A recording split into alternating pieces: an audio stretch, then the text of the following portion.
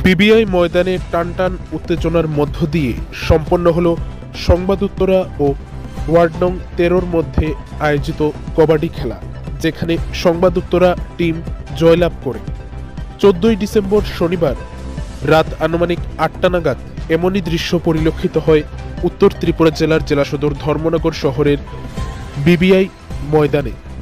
উল্লেখ্য, খেলো ধর্মনগর 2024-কে কেন্দ্র করে ধর্মনগর শহরে চলছে বিভিন্ন ধরনের ইভেন্ট, যার মধ্যে শনিবার রাতে আয়োজিত কবাডি খেলার প্রথম ম্যাচটি সংঘটিত হয় পুর পরিষদের ওয়ার্ড নং 13 বনাম সংবাদ উত্তরা দলের মধ্যে।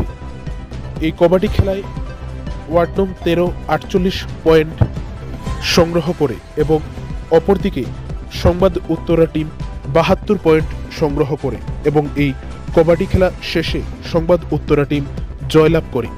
এই কবাডি খেলা দেখার জন্য মাঠ প্রাঙ্গণে দর্শকের ব্যাপক উপস্থিতি পরিলক্ষিত হয়। টানটান উত্তেজনার মধ্য দিয়ে এই খেলাটি সম্পন্ন হয়।